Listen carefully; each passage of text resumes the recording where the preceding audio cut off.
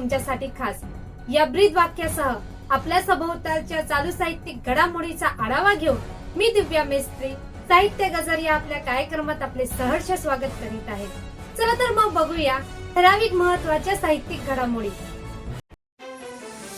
लोकनेते राजाराम बापू पाटील राज्यस्तरीय उत्कृष्ट वाङ्मय निर्मिती पुरस्कारासाठी साहित्य कृती पाठवण्याचे आवाहन। सर्व साहित्य रसिकांसाठी आनंदाची पर्वणी। नवीन वर्षात साहित्यप्रेमी व वाचनप्रेमी रसिकांसाठी पल्प प्रकाशनचा अभूतपूर्व असा उपक्रम पल्प अभिवाचन कट्ट्याचे आयोजन। कवित्री रेखा दीक्षित लिखित आशा रेखा काव्य संग्रहातील रंग माझा वेगळा कवितेचे वाचन। लोकनेते राजाराम बापू पाटील राज्यस्तरीय उत्कृष्ट वाङ्मय निर्मिती पुरस्कारासाठी साहित्य कृती पाठवण्याचे आवाहन। महाराष्ट्र साहित्य परिषदेच्या इस्मानपूर जिल्हा सांगली शाखेच्या वतीने लोकनेते राजाराम बापू पाटील राज्यस्तरीय उत्कृष्ट वाङ्मय निर्मिती पुरस्कार 2026 साठी महाराष्ट्रातील साहित्यिकांकडून साहित्य कृती पाठवण्याचे आवाहन करण्यात येत आहे। 1 जानेवारी 2025 ते 31 डिसेंबर 2025 या कालावधीत प्रकाशित झालेल्या पुस्तकांच्या 2 प्रती लेखक, कवी अथवा प्रकाशकांनी पाठवाव्यात।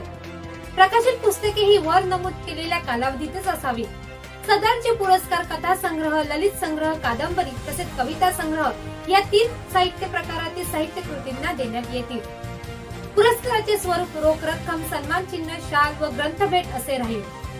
संबंधित साहित्यिकांनी दिनांक 15 जानेवारी 2026 पर्यंत आपल्या पुस्तकांच्या पहिल्या आवृत्तीच्या 2 प्रती, 2 फोटो व अल्प परिचय खालील पत्त्यावर पाठवून द्यावे।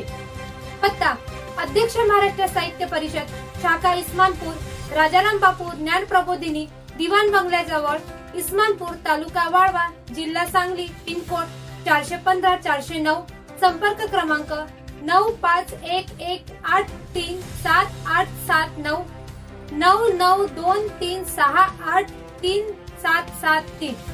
नियम व अटी: कथा, ललित संग्रह, कादंबरी व कविता संग्रह या 3 विभागात प्रत्येकी 1 याप्रमाणे एकूण 3 पुरस्कार देण्यात येतील। पुरस्कार समितीचा निर्णय अंतिम असेल। हे पुरस्कार पुस्तकाच्या केवळ पहिल्याच आवृत्तीस दिले जातील।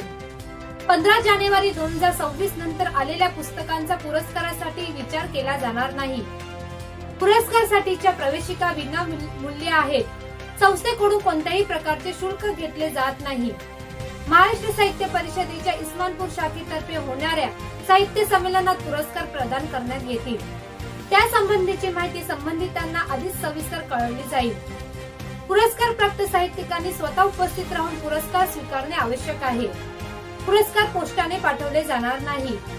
पुरस्कारासाठी निवड न झाल्यास पाठवलेली पुस्तके परत मिळणार नाही। पुरस्कारासाठी कोणाशीही अतिरिक्त संपर्क करू नये।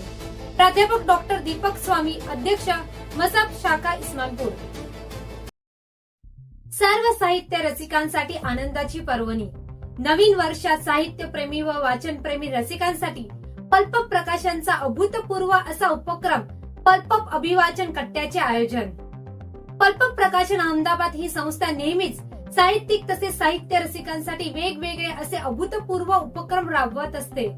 नुकत्याच सुरू केलेल्या साहित्य गजर या साहित्यिक घडामोडीच्या आढाव्याची न्यूज वाहिनी तसेच प्रतिष्ठित साहित्यिकांच्या मुलाखतीच्या उपक्रमांना मिळालेल्या अभूतपूर्व प्रतिसादानंतर अभिवाचनाच्या नवीन उपक्रमाच्या माध्यमातून वेगवेगळ्या प्रख्यात लेखकांची पुस्तके अभिवाचन कट्ट्याच्या माध्यमातून वाचनास घेणार आहोत।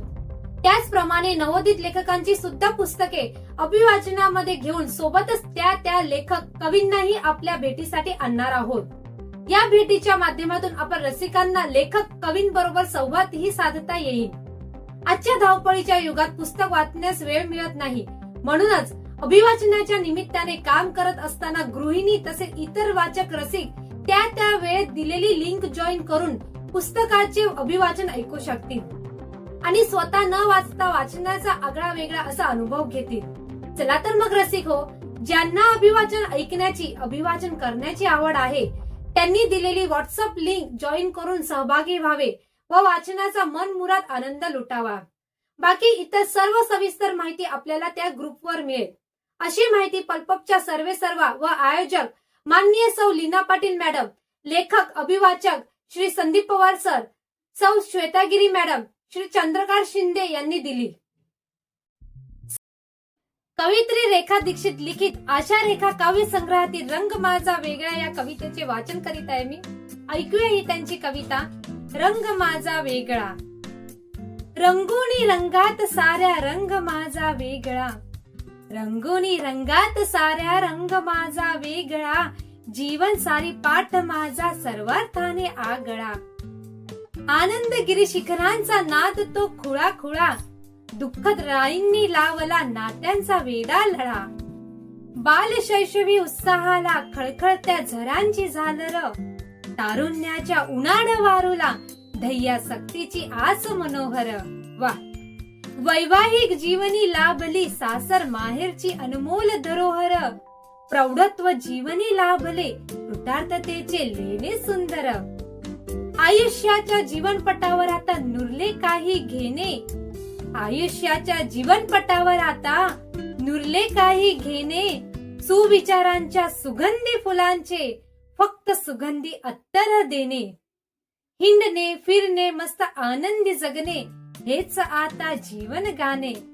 हिंडणे फिरणे मस्त आनंदी जगणे हेच आता जीवन गाणे. एकच आस मनी आता कृतार्थ जीवन सैलानी जगणे. कृतार्थ जीवन सैलानी जगणे. रसिक हो, या होत्या साप्ताहिक चालू साहित्यिक घडामोडी. चला तर मग भेटूया अशाच चालू साहित्यिक घडामोडीचा आढावा घेऊन पुढच्या कार्यक्रमात. तोपर्यंत लिहिते वा बदल घडवा.